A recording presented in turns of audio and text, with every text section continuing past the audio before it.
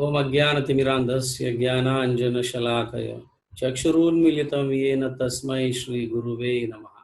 नमो ओम विष्णुपादाय कृष्णप्रेष्ठाय भूतले श्रीभक्तिवेदान्त स्वामिनिति नामिने। नमस्ते सारस्वते देवे गौरवाणी प्रचारिणे निर्विशेष शून्यवादी पाश्चात देश तारिणे। जय श्री कृष्ण चैतन्य प्रभु नित्यानंद श्री अद्वैत श्रीवास आदि गौर भक्त वृंद। हरे कृष्णा कृष्ण कृष्ण हरे हरे, हरे राम राम राम हरे हरे। हरे कृष्णा कृष्ण कृष्ण हरे हरे, हरे राम राम राम हरे हरे। हरे कृष्णा कृष्ण कृष्ण हरे हरे, हरे राम राम राम हरे हरे।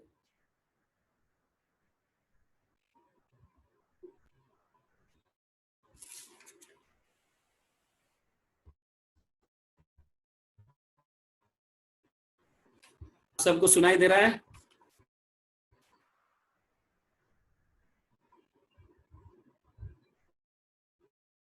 हरे कृष्णा।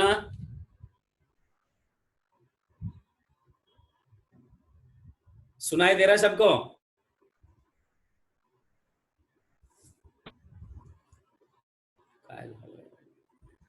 ये तो सगळं व्यवस्थित है। हर्ष सुनाई दे रहा है? ओके। सभी भक्तों का स्वागत है गौर भक्त वृंद दर्शन में। हम बलदेव विद्याभूषण इनके लीलाओं का और शिक्षाओं का स्मरण करने का प्रयास करेंगे या चर्चा करेंगे। श्री बलदेव विद्याभूषण जो है उनका ऐसा कोई एक्चुअल मतलब डेट जो है उनके जन्मदिन का या उनके अपीयरेंस का, उनके आविर्भाव का तारीख या जगह ऐसा कहीं उल्लेख नहीं है, बट अंदाजा ऐसा लगाया जा सकता है जहां पे बलदेव विद्याभूषण रूप गोस्वामी के स्तवमाला पर जब टीका लिखते हैं और वो टीका लिखे हुए ग्रंथ में ऐसा प्रतीत होता है, ऐसा समझ में आता है कि वो रेमुणा के कोई नजदीक गांव में वहां पे जन्म लिए है और 17वें शतक में मतलब करीबन 1670 या 80 के समय इस साल में वो जन्म लेने का ऐसा कुछ मतलब ऐसे दिखाई पड़ता है।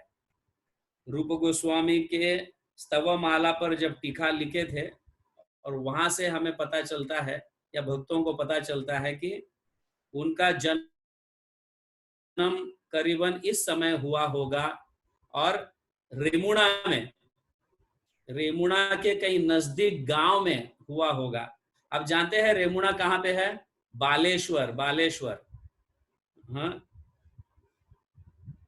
ओडिशा का एक डिस्ट्रिक्ट है बालेश्वर, उस डिस्ट्रिक्ट में रेमुणा आता है। हम कई बार जब जगन्नाथपुरी जाते हैं तो रेमुणा में खीर चोर कर फिर हम मायापुर जाते हैं, ठीक है ना। कई भक्त जानते भी है इन्हें। तो वहां पे बालेश्वर या फिर रेमुणा के आसपास उनका जन्म हुआ और जन्म का एक्चुअल डेट ऐसा मेंशन्ड कहीं पे भी नहीं है और ना ही कौन से साल में वो जन्म लिए इसका भी कोई मेंशन नहीं है। बट इनके कमेंट्री से जो है ऐसा प्रतीत होता है कि वो 1670 या 80 इस दरमियान है, ऐसा प्रतीत होता है। तो उन्होंने अभी बलदेव विद्याभूषण की तो मतलब उनकी ख्याति कुछ अलग ही है और ध्यान से जब सुनोगे तभी हमें पता चलता है कि बलदेव विद्याभूषण कितने प्रभावशाली भक्त थे हमारे गौड़ीय संप्रदाय के। तो बलदेव विद्याभूषण का जो स्टडीज जो है, हाँ, उनका अभ्यास या उनका शिक्षा जो है एक गांव में हुआ जिसका नाम है छिलका। छिलका गांव में, छिलका मतलब छिलका नदी है वहां पे, उस एरिया में जो सदर्न ओडिशा में है, साउथ ओडिशा की तरफ है, तो उस गांव में जो उनकी उनकी शिक्षा हुई है, हाँ, और उन्होंने वहां पे ग्रामर में शिक्षा प्राप्त की और कविताएं जो है, छंद वगैरह जो होता है उसमें भी उन्होंने बहुत शिक्षा प्राप्त, और खास करके न्याय शास्त्र जिसको हम लॉजिक कहते हैं, तो ये तीनों चीजों में बहुत मतलब अग्रगण्य शिष्य रहे। बहुत सुंदर रूप से इनका वर्णन किया है।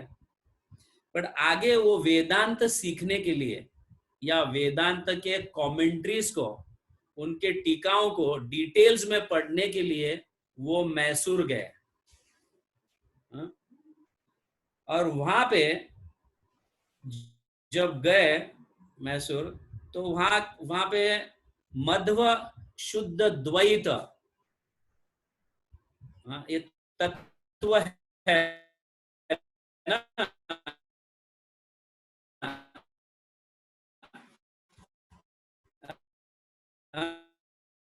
कहीं ऐसे तत्व, नॉट अद्वैत, द्वैत।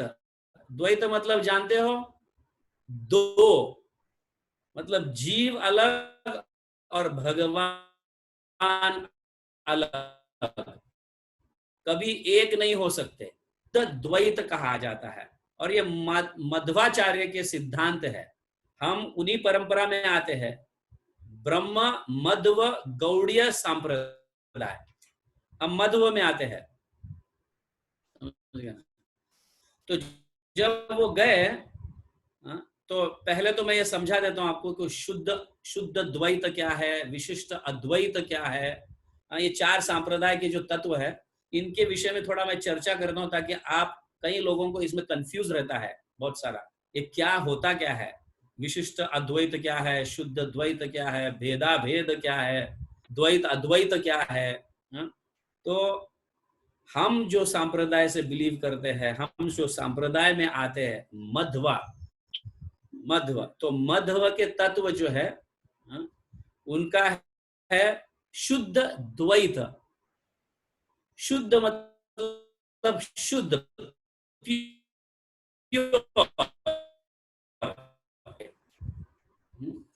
तो उन्होंने ऐसे पंचम भेद जो है, प्रिंसिपल्स है पंचम भेद बोल के, जिनको मध्व मेंशन करते हैं। वो पंचम भेद क्या है, ईश्वर और जीव कभी एक नहीं हो सकते। ईश्वर और जीव अलग अलग है, एक नहीं है। भले उनमें से आए हैं, भगवान में से आए हैं, भगवान के हम अंश है जीव, लेकिन कायम के लिए अलग हुए हैं, वापस कभी एक नहीं हो सकते। ये हमने कई बार समझे हैं इसको, जीव और भगवान एक नहीं हो सकते। ये पंचम भेद में का एक भेद। दूसरा भेद ये है कि जीव और जीव, एक जीव और दूसरा जीव भी एक नहीं हो सकते, दोनों अलग अलग जीव है। और ऐसे असंख्य जीव है इस ब्रह्मांड में, तो एक जीव दूसरे जीव के साथ भी एक नहीं हो सकता। तो ये दूसरा भेद। पहला भेद है भगवान और जीव या ईश्वर और जीव कभी एक नहीं हो सकते। दूसरा भेद है जीव और जीव, एक जीव और दूसरा जीव भी एक नहीं हो सकते। तीसरा भेद है जीव और जड़, जड़ पदार्थ, मतलब जैसा पेड़ है, या फिर पेड़ से बना हुआ लकड़ी है, पत्थर है, तो जीव और पत्थर भी एक, मतलब जड़ एक नहीं हो सकते। और जड़ भी एक नहीं हो सकते। जड़ और जड़ मतलब पत्थर और मिट्टी एक नहीं हो सकता, अलग अलग है। और पंचम जो भेद है वो जड़ और ईश्वर एक नहीं हो सकते। ये 5 भेद जो प्रिंसिपल्स है, ये मध्वाचार्य के है, समझ गए ना। तो इसी के कारण इनके तत्व का नाम है शुद्ध द्वैत तत्व। शुद्ध द्वैत, द्वैत मतलब दो है, एक नहीं, दो अलग अलग। उसी तरह से तो मध्वा ब्रह्म संप्रदाय में आते हैं। उसी तरह से श्री संप्रदाय में इस कलयुग में रामानुजाचार्य चलाते हैं। श्री संप्रदाय को मतलब जो लक्ष्मी से आया हुआ संप्रदाय, उसको कलयुग में रामानुजाचार्य बने हुए हैं। तो रामानुज संप्रदाय में विशिष्ट अद्वैत, विशिष्ट अद्वैत, अद्वैत मतलब एक, विशेष विशेष तरह से कुछ चीजें एक है, ऐसे रामानुजाचार्य स्थापित करते हैं। टेक्निकली जो है मध्वाचार्य के माध्यम से सब सेम है। टेक्निकली देखा तो जीव और भगवान, जीव और जीव एक नहीं हो सकते, जीव और जड़ और जड़ और जड़ और जड़ और भगवान एक नहीं हो सकते। लेकिन एक चीज जो है स्पेसिफिक जो है, जिसको विशिष्ट अद्वैत कहा गया है, तो वो है जीव और भगता है, तब जीव और भगवान का जो आनंद है, जो ब्लिस है, वो एक समान है। वैकुंठ धाम में जब जीव जाता है वैसा ही आनंद का अनुभव करता है जैसे भगवान आनंदित है, ऐसा। इसे विशिष्ट अद्वैत, अद्वैत मतलब एक, एक जैसा आनंद है। जैसे भगवान आनंद का अनुभव करते हैं वैसा ही जीव भी आनंद का अनुभव करता है। इसको विशिष्ट अद्वैत कहा गया है। बाकी सारे जो है द्वैती है, जीव और भगवान एक नहीं हो सकते। जीव और जीव, जैसे मैंने बताया पंचम भेद जो है, जो मध्वाचार्य बताते हैं, तो यहाँ पे विशिष्ट अद्वैत स्पेशल है। विशिष्ट मतलब स्पेशल, तो वहां पे एक है, ऐसा रामानुजाचार्य बताते हैं। एक क्या है, तो भगवान के जैसा ही। जब जीवात्मा मुक्ति को प्राप्त करके वैकुंठ धाम जाता है तो जीवात्मा वैसे ही आनंद का अनुभव करता है जैसे भगवान का। बट मध्वाचार्य जो है, जो हम शुद्ध द्वैत, ये कहते हैं कि भगवान का आनंद तो अलौकिक है, लेकिन जीव ऐसे आनंद का अनुभव नहीं कर सकता जैसे भगवान करते हैं। ना ही इक्वल, ना ही उसके परे जीव का आनंद ऐसे नहीं हो सकता। तो मध्वाचार्य ऐसे कहते हैं, लेकिन रामानुजाचार्य ऐसे स्थापित करते हैं। तो इसे विशिष्ट अद्वैत कहा गया है। तो आगे चलकर मतलब अभी रुद्र संप्रदाय के जो विष्णु स्वामी है, जो कलयुग में स्थापित किए हैं, उनका है शुद्ध अद्वैत। आप नोट कीजिए, नहीं तो कंफ्यूज हो जाओगे आप। शुद्ध अद्वैत हमारा कैसे है, मध्वाचार्य का शुद्ध द्वैत, और श्री संप्रदाय रामानुजाचार्य का विशिष्ट अद्वैत। अभी यहाँ विष्णु स्वामी शुद्ध अद्वैत स्थापित कर रहे हैं। शुद्ध अद्वैत मतलब क्या है, अद्वैत मतलब एक। तो भगवान और भौतिक जगत, भगवान और जीव एक जैसे है, ऐसा यहाँ पे कहने का प्रयास चल रहा है, शुद्ध अद्वैत। लेकिन क्या है, अभी जैसे भगवान से ही भौतिक जगत आए हैं, भगवान से ही सारे जीव उत्पन्न हुए हैं, क्योंकि हम भगवान के अंश है ना। तो जीव भगवान से ही आए हैं। तो ये विष्णु स्वामी संप्रदाय के सारे लोग जो है सभी में भगवान को देखते हैं, सभी में भगवान को देखते हैं, क्योंकि वो भगवान से आए हैं इसलिए। लेकिन जीव की वो पूजा नहीं करते, भगवान को देखते हैं जीव में, लेकिन जीव की पूजा नहीं करते। और भगवान से ही भौतिक जगत आने के कारण भौतिक जगत को भी भगवान का ही स्वरूप मानते हैं, लेकिन भौतिक जगत की पूजा नहीं करते। आप समझ रहे हैं, क्योंकि उनमें से आया है इसीलिए उनको भी उसी जैसा स्वरूप मानना। जीव भी भगवान से ही आए हैं, भगवान के ही अंश है, इसलिए उनमें भी भगवान को देखना। बट इसका अर्थ यह नहीं कि वो जीव को भगवान मान के उनकी वर्शिप, उनकी पूजा चालू करते हैं, अर्चना चालू करते हैं, ऐसा नहीं। इसको शुद्ध अद्वैत कहा गया है। तो जो पुष्टि मार्ग सांप्रदाय के है, सांप्रदाय इसमें आती है, कैसे शुद्ध अद्वैत में आता है, विष्णु नाम रुद्र सांप्रदाय के है पुष्टि मार्ग जो है, वल्लभाचार्य जिसको अपनाए हैं। आप समझ रहे हैं? Is it clear? अभी चौथा जो सांप्रदाय है, जो चार कुमार सांप्रदाय से में से आता है, वो है इस कलयुग में निम्बार्क स्वामी। तो कलयुग में वो प्रधान है, निम्बार्क स्वामी जो है। अभी उनका जो है द्वैत अद्वैत तत्व है, या जिसको हम कभी कभी भेद अभेद तत्व कहते हैं। भेद अभेद मतलब भेद अभेद मतलब जीव में भेद भी है और अभेद भी है। मतलब जीव जो है ये भगवान का अंश होने के कारण उनमें वही क्वालिटीज है जो भगवान में है, उनमें वही गुण है जो भगवान में है। लेकिन अभेद, सॉरी, जो है भेद क्या है, अभेद क्या है, गुण में अभेद है, गुण में भेद नहीं है, अभेद कहा गया। भेद अभेद का अर्थ है एक जैसे भी और नहीं भी। मतलब गुण के अनुसार जीवात्मा भगवान के साथ एक है, लेकिन क्वांटिटी में जीवात्मा अणु है और परमात्मा विभु है, भगवान विभु है, इसलिए वो भेद है। तो उनका तत्व ऐसा भेद अभेद तत्व। आप समझ रहे?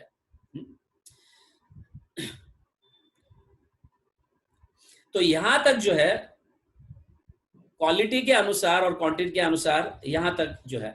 और अन्य तीन सांप्रदाय जो है, मध्व सांप्रदाय, रामानुज सांप्रदाय और विष्णु स्वामी सांप्रदाय, राधा रानी को नहीं मानते, वो लक्ष्मी नारायण की पूजा करते हैं, जिसको मॉरल्स कहा जाता है। मॉरल, मॉरल मतलब नैतिक, नैतिक। अभी यहां पे ये थोड़ा डिफिकल्ट है समझाना आप सबको। नैतिक मतलब दुनिया के आंखों में गलत नहीं होना चाहिए या गलत दिखना नहीं चाहिए उसको। अभी जैसे हम राधा रानी को और कृष्ण को मानते हैं, तो वहां पे थोड़ी अनैतिकता आती है, क्योंकि राधा रानी किसी अन्य से ब्याह की है और कृष्ण के साथ संग करते हैं, ये थोड़ा अनैतिक। तो ये तीन सांप्रदाय इसको नहीं मानते। लेकिन निम्बार्क स्वामी जो है राधा रानी को पूछते हैं, लेकिन मन ही मन में, समझ गया ना? राधा रानी के पूजा, राधा रानी को मानते हैं, गोपियों को मानते हैं, लेकिन मन ही मन में राधा रानी को भगवान की पत्नी ऐसे पूछते हैं। समझ गया ना? कौन से चार? राधा रानी,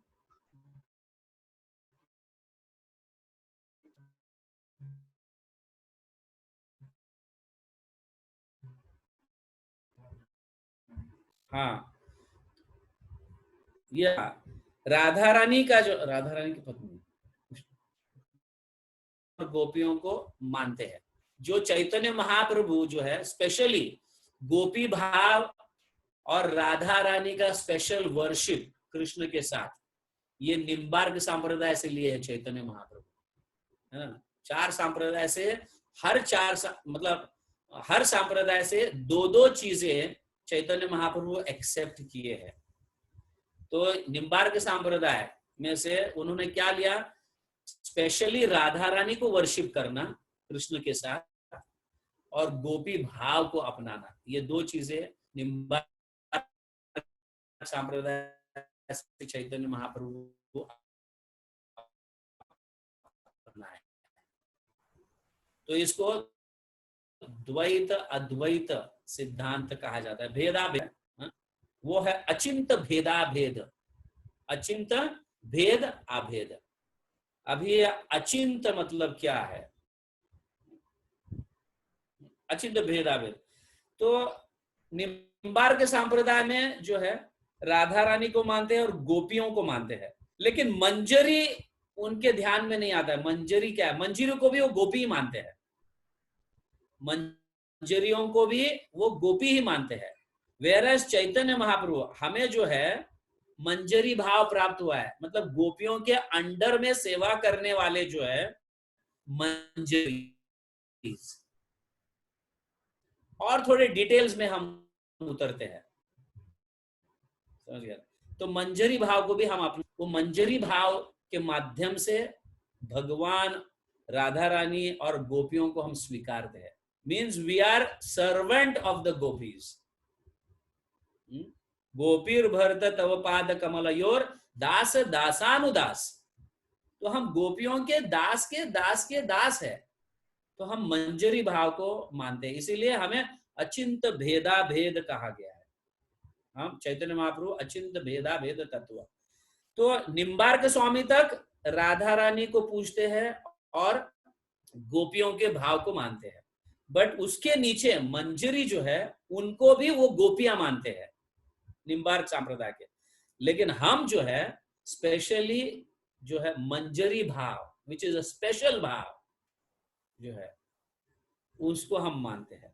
आप समझ में आया है? ये चार संप्रदाय के चार तत्व और चैतन्य महाप्रभु जो स्थापित किए, अचिंत भेदा भेद स्थापित किए, ठीक है?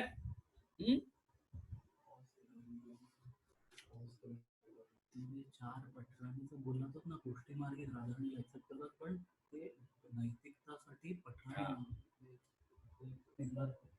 यस, ओके, समझ लो। Is it clear? अभी तक क्लियर हो गया? लेकिन पुष्टि मार्ग में जो है, पुष्टि मार्ग में ये नैतिकता स्थापित करने के लिए, मतलब विष्णु स्वामी जो है नैतिकता को स्थापित करने के लिए राधा रानी कृष्ण के साथ ब्याह की है, यमुना जी कृष्ण के साथ ब्याह की है, चंद्रावली कृष्ण के साथ ब्याह की है, फोर्थ इज, और ललिता सखी भी कृष्ण के साथ ब्याह की है। तो इसलिए विष्णु स्वामी जो है रुद्र संप्रदाय में नैतिकता को मानते हैं, अनैतिकता जैसे ऐसे भाव प्रकट नहीं करते, आप समझ रहे हैं? लेकिन हम जो है हम राधा रानी और अन्य सारे गोपियां भगवान को संतुष्ट करने के लिए सभी को त्याग कर आए, और कई लोग उनको अनैतिक लोग हैं, इनमें नैतिकता नहीं है, समझ गए ना? इस तरह, बल्कि भगवान को संतुष्ट करने के लिए या भगवान की सेवा के लिए हम अनैतिकता को भी अपनाते हैं। This is a very deep, शायद आपको ये समझ में भी नहीं आएगा, बट मैंने कोशिश की है, इसको समझाने का मैंने प्रयास किया है। तो इस तरह से बलदेव विद्याभूषण जो है मध्व के शुद्ध अद्वैत को, सॉरी शुद्ध द्वैत को, शुद्ध द्वैत के कमेंट्री सुनकर इतने आकर्षित हो जाते हैं और फिर वेदांत, मतलब वेदांत तत्ववादी बनते हैं और उनसे दीक्षा लेते हैं, तत्ववादियों से दीक्षा लेते हैं। और बाद में जब राधा दामोदर गोस्वामी को वो मिलते हैं कान्य कुब्ज में, जो यूपी में कन्नौज नाम से जाना जाता है आज के तारीख में, वहां पे जब राधा दामोदर गोस्वामी को मिलते हैं और उनके अंडर में रहकर गौड़ीय सिद्धांत को समझते हैं, और जब जीव गोस्वामी के षट संदर्भ को डिटेल्स में पढ़ते हैं, जीव गोस्वामी के षट संदर्भ जो है उसको जब डिटेल्स में पढ़ते हैं, तो वो मध्व तत्वों को त्याग कर गौड़ीय संप्रदाय को अपनाते हैं और राधा दामोदर गोस्वामी से दीक्षा लेते हैं वापस, राधा दामोदर गोस्वामी से दीक्षा लेते हैं। अभी राधा दामोदर गोस्वामी जो है वो नित्यानंद प्रभु के शाखा में आते हैं। समझ गए ना? अब जानते हैं ना कल्प वृक्ष के दो शाखा इंपॉर्टेंट कौन से हैं? नित्यानंद की शाखा और अद्वैत आचार्य की शाखा।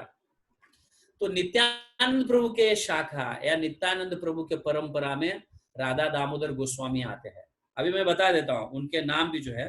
नित्यानंद प्रभु के कई शिष्य थे, जैसे वीरभद्र उनके जो पुत्र है, समझ गए ना? तो वैसे ही शिष्यों में गौरीदास आते हैं, और गौरीदास पंडित के शिष्य है हृदय चैतन्य, और हृदय चैतन्य के शिष्य है श्यामानंद पंडित। श्यामानंद पंडित कौन है पता है?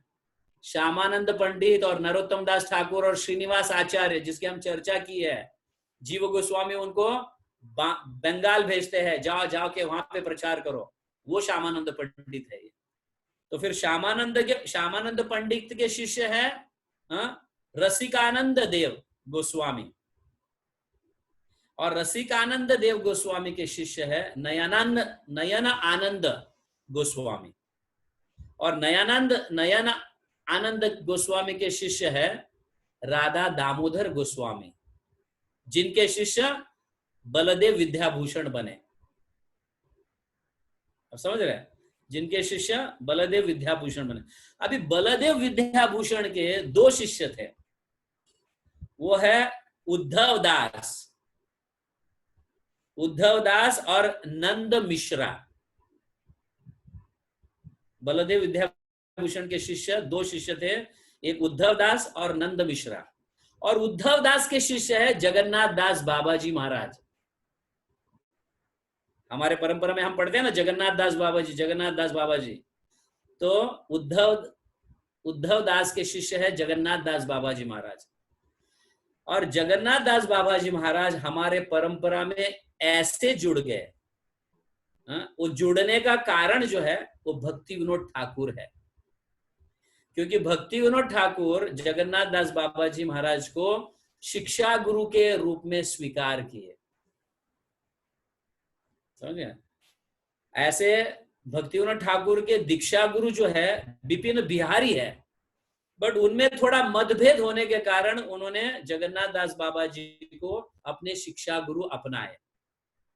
तो हमारे संप्रदाय में जो है शिक्षा गुरु भी है और दीक्षा गुरु भी है। इसको भागवत संप्रदाय कहा गया है। इसको भागवत संप्रदाय कहा जाता है। तो इस तरह से जगन्नाथ दास बाबा जी महाराज भक्ति विनोद ठाकुर के कारण हमारे संप्रदाय में अपनाया जाता है। अब समझ गए इसे? तो आगे बलदेव विद्याभूषण जो है, फिर बाद में भागवत पुराण श्रील विश्वनाथ चक्रवर्ती ठाकुर के अंडर में रहकर उन्होंने अभ्यास किया। तो बलदेव विद्याभूषण के शिक्षा गुरु बने विश्वनाथ चक्रवर्ती ठाकुर, दीक्षा लिए राधा दामोदर गोस्वामी से, लेकिन भागवत पुराण उनके अंडर में उन्होंने सीखा। सारे रस तत्व वगैरह जो सीखा किसके अंडर में? श्रील विश्वनाथ चक्रवर्ती ठाकुर के अंडर में। इसलिए श्रील विश्वनाथ चक्रवर्ती ठाकुर जो है उनके शिक्षा गुरु है बलदेव विद्याभूषण के। अभी क्लियर हो रहा होगा कि हमारे जो परंपरा भगवत गीता में जो है इंट्रोडक्शन के बाद हम जो परंपरा पढ़ते हैं, समझ गए ना, कि कृष्ण ने ब्रह्मा जी को ज्ञान दिया, ब्रह्मा जी ने व्यासदेव को दिया, व्यासदेव ने मध्वाचार्य को दिया। तो इस तरह से आप पढ़ोगे तो अभी तुम्हें कनेक्शन पता चलेगा कि कैसे श्रील विश्वनाथ बलदेव विद्याभूषण के गुरु बने। हालांकि उनमें राधा दामोदर गोस्वामी का नाम नहीं आता। We have to study in this way. इस तरह से हमें अभ्यास करना चाहिए। तो फिर विश्वनाथ चक्रवर्ती ठाकुर के अंडर में रहकर उन्होंने भागवत सीखा। फिर वहां पे उन्होंने सन्यास लिया, वैष्णव वैराग्य ड्रेस को अपनाया, जो सन्यास या बाबा जी अपनाते हैं। समझ गए? इस तरह से वो अपनाया। तो बलदेव विद्याभूषण फिर बाद में विश्वनाथ चक्रवर्ती ठाकुर के आज्ञा से, उनके आज्ञा से वो जयपुर जाते हैं। जयपुर में कुछ रामानंदी रहते हैं जो गौड़िया संप्रदाय को राधा रानी की पूजा को अपनाते नहीं। जो हम गौड़िया संप्रदाय राधा रानी की पूजा जो करते हैं, वर्शिप करते हैं, उनको अपनाते नहीं। वो हम देखेंगे वो क्या कारण है, क्यों नहीं अपनाते। इसको स्थापित करने के लिए कि हम भी गौड़िया संप्रदाय भी राधा रानी के वर्शिपर्स है, ये स्थापित करने के लिए विश्वनाथ चक्रवर्ती ठाकुर जयपुर भेजते हैं बलदेव विद्याभूषण को, और उनको डिफीट करने के लिए। रामानंदी कहां से आते हैं, दैट विल डिस्कस। ये रामानंदी संप्रदाय को डिफीट करने के लिए जयपुर भेजते हैं बलदेव विद्याभूषण को। तो बलदेव विद्याभूषण जयपुर आते हैं, जयपुर आकर रामानंदी को डिफीट करते हैं। नाउ विल सी कि ये रामानंदी कौन है। रामानुज आचार्य के संप्रदाय में से थोड़े अलग हुए रामानंद आचार्य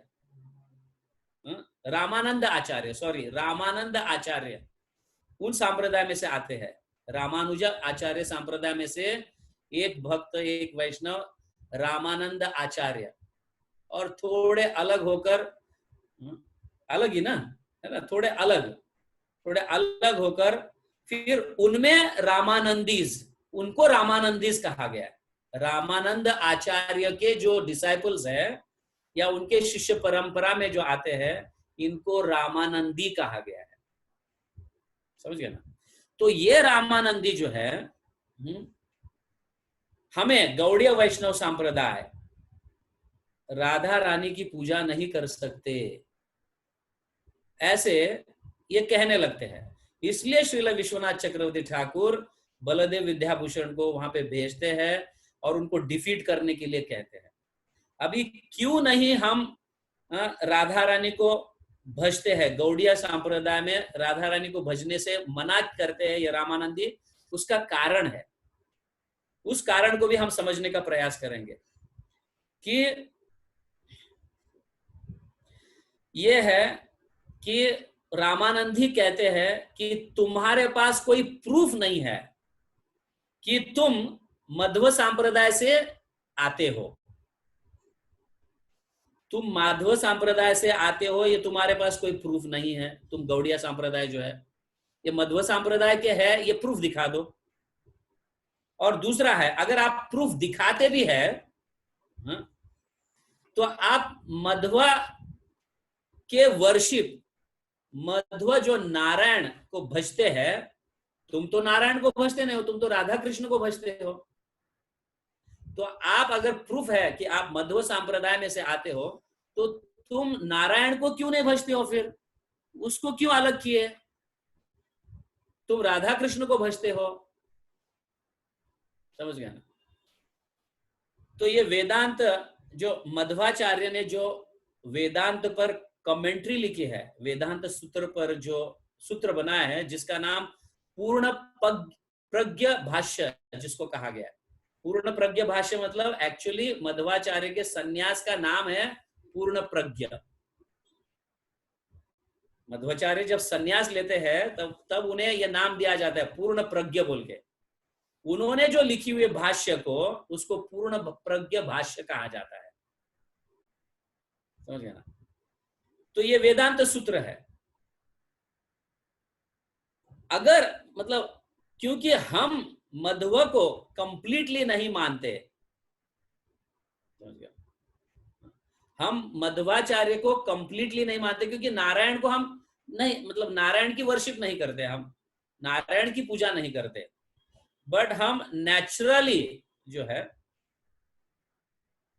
हम नेचुरली डिफरेंशिएट है मध्वा से डिफरेंशिएट है। और हमारी अपनी ओन कमेंट्री है ब्रह्म सूत्र पर, वेदांत सूत्र पर हमारी अपनी ओन कमेंट्री है, वो है श्रीमद् भागवतम, जिसको हम नेचुरल कमेंट्री कहते हैं, नेचुरल टीका कहते हैं। वेदांत सूत्र के नेचुरल टीका है वो श्रीमद् भागवतम है। और अभी किस तरह से रामानंदी को डिफीट करते हैं और मध्वाचार्य के जो जो टीका है वो कमेंट्री से श्रीमद् भागवत तक उन्होंने ब्रिज बांधा है, समझ गया? वो ब्रिज कमेंट्री क्या है? हाँ? ये बहुत महत्वपूर्ण है सुनना, bridge commentary. Not yes, now we will come to that. अभी बलदेव विद्याभूषण ओरिजिनली तत्ववादी थे, मध्व संप्रदाय को अपनाए थे, तत्ववादी थे। हाँ, वहां से मध्वाचार्य संप्रदाय में उन्होंने दीक्षा भी ली। हाँ, दीक्षा ली। बाद में राधा दामोदर गोस्वामी से जब मिले, हाँ, जो रसिकानंद प्रभु के शिष्य, ग्रैंड डिसाइपल है, जिसका मैंने वर्णन किया, सारे शिष्यों का वर्णन किया, तो राधा दामोदर गोस्वामी से जब दीक्षा ली, दीक्षा लेने के उपरांत जब श्रील विश्वनाथ चक्रवर्ती ठाकुर बलदेव विद्याभूषण को भेजते हैं, क्योंकि श्रील विश्वनाथ चक्रवर्ती ठाकुर उनके शिक्षा गुरु है, समझ गए ना? तो उसको खंडन करने के लिए जो है, उनको रामानंदी उनको खंडन करने के लिए एक दिन श्रील विश्वनाथ चक्रवर्ती बलदेव विद्याभूषण को जयपुर भेजने से पहले कई दिन रात बैठकर चर्चा करते हैं कि वो किस तरह से प्रश्न करेंगे और तुमको किस तरह से उसको रिफ्यूट करना है। दिन रात, कई दिन रात विश्वनाथ चक्रवर्ती ठाकुर और बलदेव विद्याभूषण दोनों बैठकर शिक्षा ग्रहण, मतलब वो ऐसे चर्चा करते रहते हैं, कैसे हम खंडन करेंगे रामानंदी, क्योंकि उस समय विश्वनाथ चक्रवर्ती ठाकुर जयपुर नहीं जा सकते थे क्योंकि बहुत वृद्ध थे, और उन्होंने अपने प्रिय शिक्षा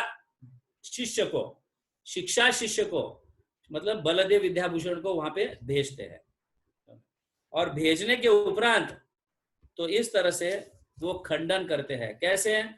अभी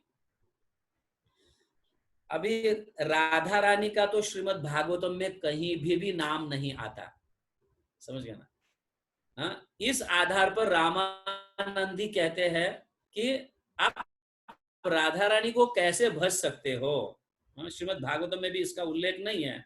तो उन्होंने मध्वाचार्य के शुद्ध अद्वैत को, शुद्ध द्वैत को से लेकर एक ब्रिज बांधा। हाँ, अचिंत भेदा भेद, मतलब राधा रानी की पूजा भी हम कर सकते हैं, समझे? तो उन्होंने एक रफ कमेंट्री जो है,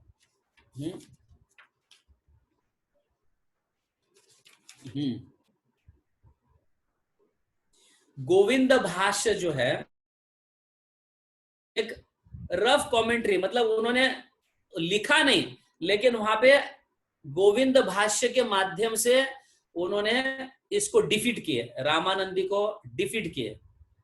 उसके बाद फिर उन्होंने गोविंद भाष्य को डिटेल्स में लिखा, समझ गया ना? एक उसको, उस रफ कमेंट्री का नाम है ब्रह्म सूत्र करिका भाष्य। तो ये ब्रह्म सूत्र करिका भाष्य के माध्यम से उन्होंने रामानंदी को डिफीट किया, और उस जिसको हम शॉर्ट प्रेजेंटेशन कहते हैं, समझ गया? वेदांत सूत्र का शॉर्ट प्रेजेंटेशन किया उस समय। फिर उन्होंने बाद में गोविंद भाष्य लिखे, इसी के ऊपर एक्सपांशन, मतलब एकदम डिटेल्स में ब्रह्म सूत्र करिका का डिटेल्स में उन्होंने लिखा, जिसका नाम है गोविंद भाष्य। जिसके कारण हमने रामानंदी को डिफीट किया, मतलब बलदेव विद्याभूषण रामानंदी को डिफीट किए, और सारे रामानंदी फिर बाद में बलदेव विद्याभूषण के शिष्य बनना चाहते, उनसे दीक्षा लेना चाहते थे। बट किसी कारण उन्होंने कहा कि आपकी संप्रदाय भी कोई गलत नहीं है, आप अपने संप्रदाय में रहकर आप भजो। इतना विनम्रता भाव उन्होंने व्यक्त किया, वरना तो सारे रामानंदी को अपने शिष्य बना लेते बलदेव विद्याभूषण, पर उन्होंने नहीं बनाया। तो उन्होंने कहा कि आप अपने संप्रदाय में रहकर प्रचार करो, ऐसा उन्होंने किया। सो गोविंद भाष्य जो है, ये ऐसा कहा जाता है कि स्वयं जब बलदेव विद्याभूषण जयपुर के लिए निकल रहे थे तो रूप गोस्वामी के जो गोविंद विग्रह है उनको उन्होंने प्रार्थना की कि मैं जाकर इनको डिफीट करूं।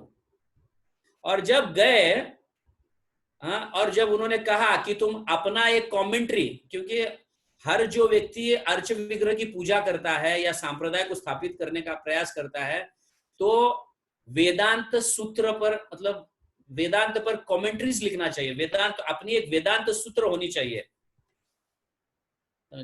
तो बलदेव विद्याभूषण भगवान को जो प्रार्थना की है तो गोविंद स्वयं आकर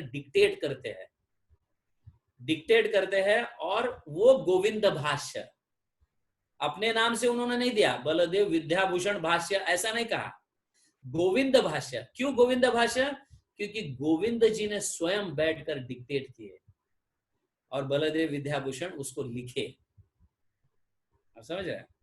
बलदेव विद्याभूषण उसको, इसलिए उसका नाम है गोविंद भाष्य। और ये गोविंद भाष्य को उन्होंने प्रेजेंट किया बलदेव विद्याभूषण, तो रामानंदी को हरा दिए। तो रामानंदी सारे शिष्य बनना चाहते हैं लेकिन बलदेव विद्याभूषण नहीं। बट यहाँ पे ये गोविंद भाष्य जो है, और गोविंद भाष्य के ऊपर अपने जो ग्रंथ लिखे हुए गोविंद भाष्य पर भी उन्होंने और भी डिटेल उसके ऊपर कमेंट्री लिखी। उन्होंने अपने ग्रंथ पर भी उन्होंने कमेंट्री लिखी जिसका नाम है सिद्धांत रत्नम। समझ गया ना?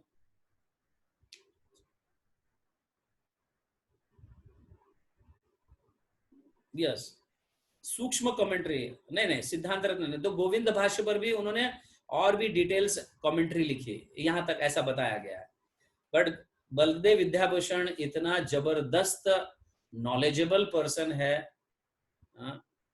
और मतलब उन्होंने इतना सुंदर रूप से मध्वाचार्य के तत्व सिद्धांतों को और अचिंत भेदा भेद सिद्धांतों को उसके ऊपर उन्होंने ब्रिज बांधा, एक कनेक्शन दिया कि हम भी मध्वाचार्य सांप्रदाय, वो गोविंद भाष्य के माध्यम से उन्होंने कनेक्ट किया और हम भी फिर राधा रानी की, मतलब राधा कृष्ण की पूजा वर्शिप कर सकते हैं। इस तरह से ये बहुत सुंदर कमेंट्री है गोविंद भाष्य जो कमेंट्री है। लेकिन बलदेव विद्याभूषण करीबन 24 से का लेखन किया है, तो हम शायद हो सकता है तो कुछ नामों का उल्लेख करने का प्रयास करेंगे, आप उन्हें लिख सकते हो। करीबन 24 से 25 ग्रंथों का उन्होंने निर्माण किया, उन्होंने ग्रंथ लिखे, इतने बड़े विद्वान, इसलिए उनको विद्याभूषण कहा गया है, बलदेव विद्याभूषण। सो विद्याभूषण मतलब डेकोरेशन, सो वो ज्ञान से, मतलब ऐसे रस से डेकोरेटेड थे विद्याभूषण।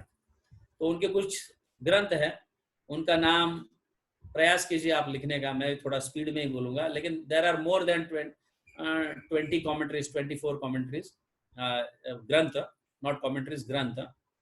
तो सिद्धांत रत्नम जो है, सिद्धांत रत्नम इन्होंने लिखा हुआ ग्रंथ है सिद्धांत रत्नम, जो सूक्ष्म बोल के एक सिद्धांत है, उसके ऊपर कमेंट्री है, ये उनकी खुद की कमेंट्री है सिद्धांत रत्नम। तो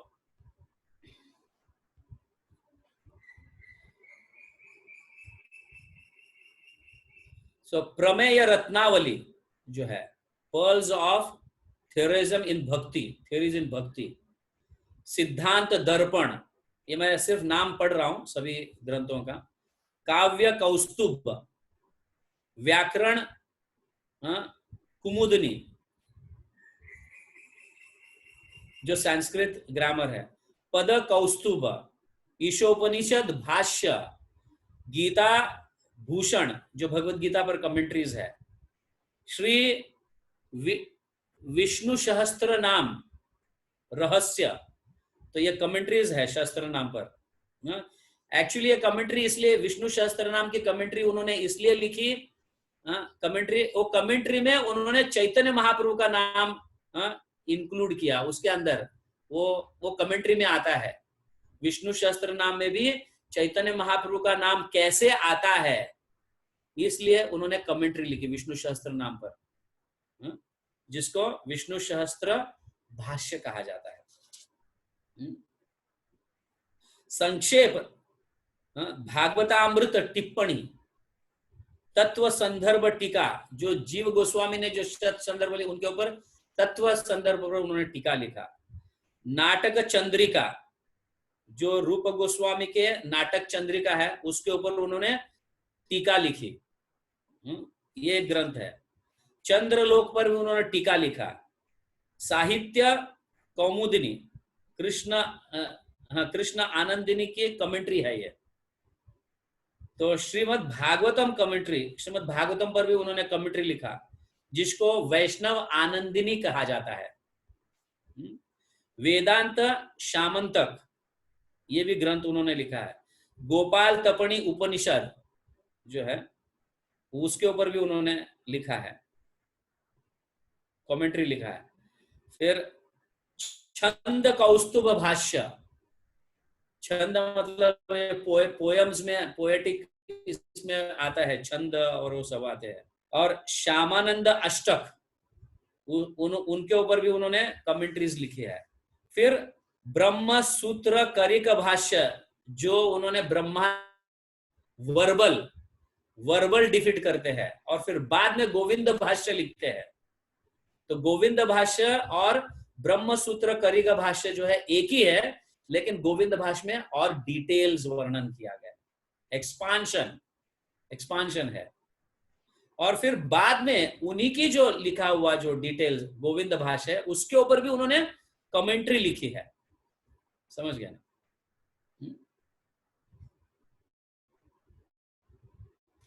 और सिद्धांत रत्नम नाम पे भी उन्होंने कमेंट्री लिखी है, जिसको सूक्ष्म कहा गया है। तो इस तरह से बलदेव विद्याभूषण जो है, तो हम मध्वाचार्य सांप्रदाय में आते हैं। बलदेव विद्याभूषण के इस सांप्रदाय में, मध्व सांप्रदाय में माना गया। तो हम नारायण की पूजा को त्याग कर राधा कृष्ण की पूजा खास करके बलदेव विद्याभूषण के कारण करते हैं। तो पहले जो है, अगर बलदेव विद्याभूषण के पहले आप देखोगे तो हमारे सारे विग्रह जो है ना, श्याम सुंदर कहो, गोविंद कहो, मदन मोहन कहो, राधा की पूजा हम मानसिक करते थे, मानसिक। बलदेव विद्याभूषण ने फिर कृष्ण के बाजू में राधा रानी की विग्रह होना चाहिए, ऐसे फिर उन्होंने स्थापित किया। क्यों मानसिक पूजा करने का? राधा रानी की भी पूजा होनी चाहिए। तो उन्होंने जब एक कमेंट्री, गोविंद भाष्य कमेंट्री लिखी और रामानंदी को उन्होंने डिफीट किया, खंडन किया, तो तब उन्होंने राधा रानी की स्थापना की। इसलिए विग्रहों में अंतर दिखता है। कृष्ण के, श्याम के सारे विग्रह जो है ब्लैक है, और राधा रानी के सारे विग्रह जो है येलो है, मेटल से बने हुए। आप देखो, जितने भी हम राधा गोविंद कहो, राधा रमन कहो, राधा मदन मोहन कहो, राधा दामोदर कहो, राधा वृंदावन चंद्र कहो, ये सारे विग्रह के कृष्ण के डीटीज जो है ब्लैक है। राधा रानी की भी डीटीज ब्लैक ही होना चाहिए अगर हम राधा रानी की भी पूजा करते हैं तो। बट पहले हम मानसिक, हमारे सांप्रदाय जो है गौड़िया सांप्रदाय, राधा रानी को मानसिक पूजा करते थे। लेकिन बलदेव विद्याभूषण आकर राधा रानी के विग्रहों की स्थापना की। इसलिए दोनों डीटीज में डिफरेंस है। कृष्ण और राधा रानी में डिफरेंस है, क्योंकि वो बाद में स्थापित हुए, और उस नाते से हम राधा कृष्ण के वर्शिपर्स बने। It is just because of Baldev Vidyabhushan. नहीं तो अगर बलदेव विद्याभूषण नहीं होते तो शायद हम राधा रानी के विग्रहों की अर्च्य पूजा नहीं करते। तो बलदेव विद्याभूषण के कारण हम राधा रानी के अर्च्य विग्रह की भी पूजा करना प्रारंभ किए, क्योंकि उन्होंने कहा मानसिक क्यों, राधा रानी भी कृष्ण के साथ होना ही चाहिए। इस तरह से उन्होंने स्थापित किए सारे इसमें। तो ये बहुत महत्वपूर्ण है। एक्चुअली बलदेव विद्याभूषण के कारण हमें राधा रानी के विग्रहों की पूजा भी करने का सुअवसर प्राप्त हुआ। अब डिटेल समझे सिद्धांतों के, 4 सांप्रदाय के सिद्धांत और हमारे जो सिद्धांत है शुद्ध द्वैत सिद्धांतों में भेद जो है, पंचम भेद, उसकी भी हमने चर्चा की, चारे सांप्रदाय की चर्चा की, और चैतन्य महाप्रभु चारों सांप्रदाय में से श्री सांप्रदाय, ब्रह्म सांप्रदाय, कुमार सांप्रदाय और फिर रुद्र सांप्रदाय, इन सांप्रदाय में से उन्होंने दो दो चीजों को अपनाए। दो दो जो हम जिसको हम निम्बार्क संप्रदाय में से कहते हैं, निम्बार्क 4 कुमार संप्रदाय में से राधा रानी की स्पेशल वर्शिप कृष्ण के साथ और गोपियों के भाव में वर्शिप करना उनको, ये हम निम्बार्क संप्रदाय से लिए हैं।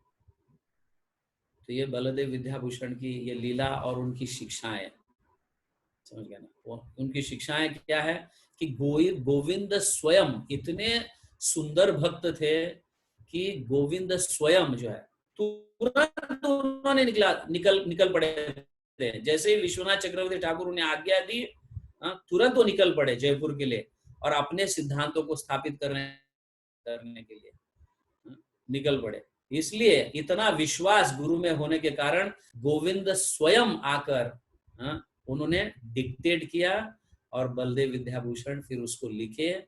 इसीलिए उनका नाम गोविंद भाष्य, अपना नाम नहीं दिया। अगर इस जगह मैं और तुम होते तो हम अपना नाम लिखते भाष्य, समझ गया ना? लेकिन गोविंद ने डिक्टेट किया।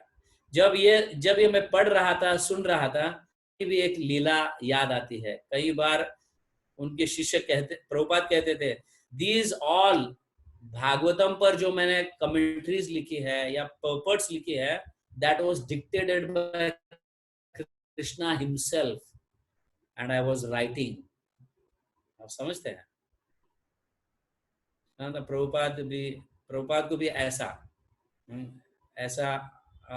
एक्सपीरियंस कि Krishna is dictating and I am writing, not experience. कई बार प्रभुपाद को कुछ शिष्य ऐसे कहते थे कि प्रभुपाद मतलब Krishna was dictating and you are writing, I mean that Paramatma was inspiring and you are writing. Prabhupada said, no, you don't have faith in me, I am telling you Krishna is dictating and I am writing.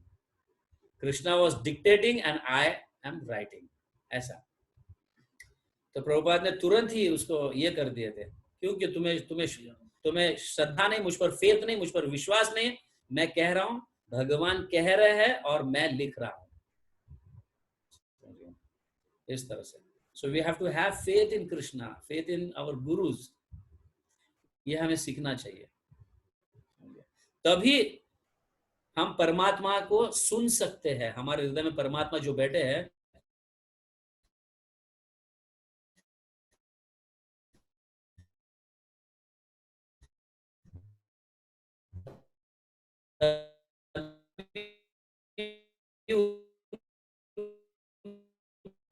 Direct Vani, direct instructions हम सुन सकते हैं जब हमें गुरु में पूर्ण रूप शिक्षाएं। Is it clear? किसी को कोई प्रश्न है? एक मिनट।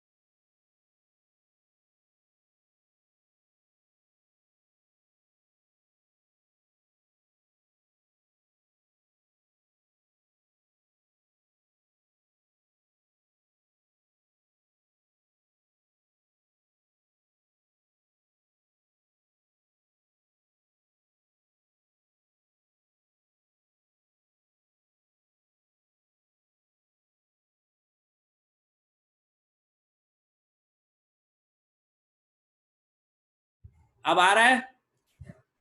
हाँ, तो मैं ये कहना चाहता हूं कि हम आज का जो बलदेव विद्याभूषण के जो लीला और पास्टाएं, उनके जो शिक्षाएं हैं, वो हम कल वापस इसको रिपीट करेंगे। वो इसलिए क्योंकि जब तक हम बार बार नहीं सुनेंगे इसे, तब तक हमें ठीक से समझ में नहीं आएगा। समझ रहे हैं? तो मैं जानता हूं कई भक्त लोग लिखते समय कंफ्यूज भी हुए होंगे, समझ गए ना, कंफ्यूज भी हुए होंगे। मैं कल जो है हम करीबन 1.5 घंटे तक इस पर चर्चा करेंगे, नॉट जस्ट 1 आवर, क्योंकि 1 घंटे में प्रस्तुत करने के लिए मैं बहुत स्पीड में कहा हूं, मैं स्पीड में गया, तो शायद कहीं कहीं जगह आप कंफ्यूज भी हुए होंगे, मुझे ऐसा चेहरों पर से दिख रहा है। इसलिए हम कल 1.5 घंटा स्पेशली इसके लिए और डिटेल्स में इसको समझेंगे। तो आप कृपा कर ग्रुप्स बना देना, कौन से ग्रुप से क्या रिलेटेड है क्या नहीं, आप अलग अलग पेज पे ग्रुप्स बना दोगे तो आपको अच्छी तरह से समझ में आएगा। इसलिए मैं इसे वापस कल लूंगा, बलदेव विद्याभूषण के लीलाएं और उनके शिक्षाओं को। तो कृपा कर आप सब लोग पेन और बुक, नोटबुक लेकर उपस्थित रहो।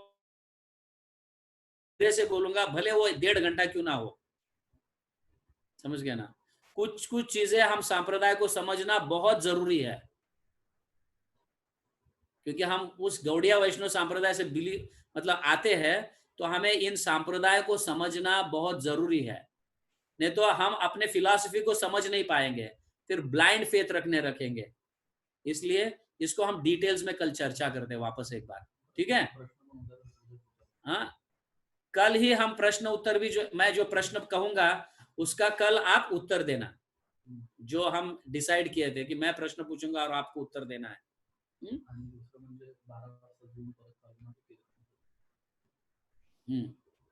12 हाँ, तो कल हमारा थोड़ा लंबा समय होगा, क्योंकि कल हम 12 बजे, हाँ आज सॉरी आज 12 बजे हम कल डिसाइड किए थे कि आज हम थोड़ा कीर्तन भी करेंगे बोल के, है कि नहीं? डिसाइड हुआ था कि नहीं?